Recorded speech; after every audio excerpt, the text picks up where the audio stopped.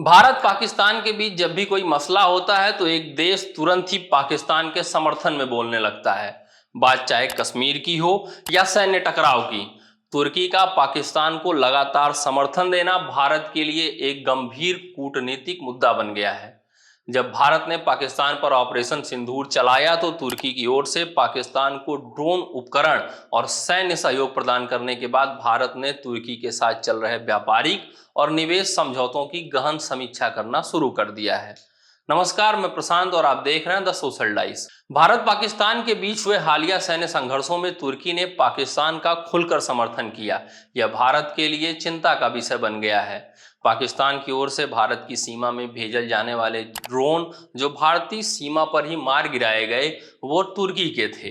तुर्की न केवल पाकिस्तान को ड्रोन मुहैया करा रहा था, बल्कि कथित तौर पर ड्रोन हमलों के लिए सहायता के लिए तुर्की ने अपने सैनिकों को भी पाकिस्तान भेजा था।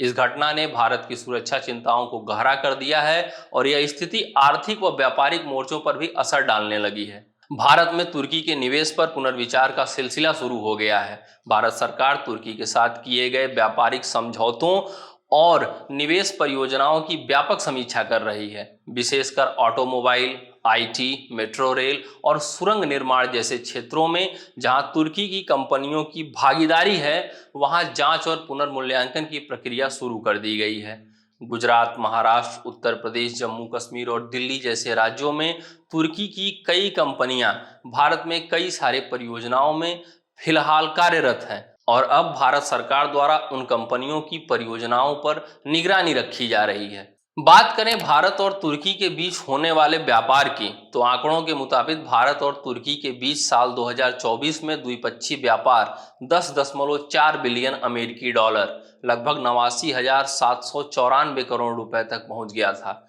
वहीं इंडिया ब्रांड इक्विटी फाउंडेशन की रिपोर्ट के अनुसार अप्रैल 2000 से लेकर सितंबर 2024 तक तुर्की ने भारत में 240.18 मिलियन अमेरिकी डॉलर यानी कि लगभग 2054 करोड़ रुपए का प्रत्यक्ष निवेश किया है। इन आंकड़ों के आधार पर तुर्की भारत में निवेश करने वाले देशों की सूची में 45वें स्थान पर है। लेकिन इस समय भारत में चल रही प्रमुख परियोजनाओं में तुर्की की कंपनियों की भागीदारी भी रडार पर आ गई है। बात करें तुर्की कंपनियों द्वारा भारत में अब तक बनाई गई परियोजनाओं की, तो साल 2020 में जम्मू कश्मीर में बनने वाली अटल सुरंग परियोजना में तुर्की की एक कंपनी को इलेक्ट्रोमैकेनिकल पार्ट्स की आपूर्ति का ठेका मिला था। वहीं 2024 में रेलवे विकास निगम लिमिटेड ने एक तुर्की कंपनी के साथ मेट्रो रेल परियोजना के लिए समझौता ज्ञापन MOU साइन किया था।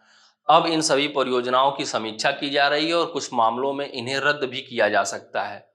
तुर्की द्वारा बार बार पाकिस्तान को भारत के खिलाफ समर्थन देना भारत के लिए वाकई एक गंभीर समस्या बन गया है। भारत तुर्की संबंध को लेकर आप क्या सोचते हैं, हमें कमेंट बॉक्स में जरूर बताएं। बने रहिए द सोशल डाइस के साथ। धन्यवाद।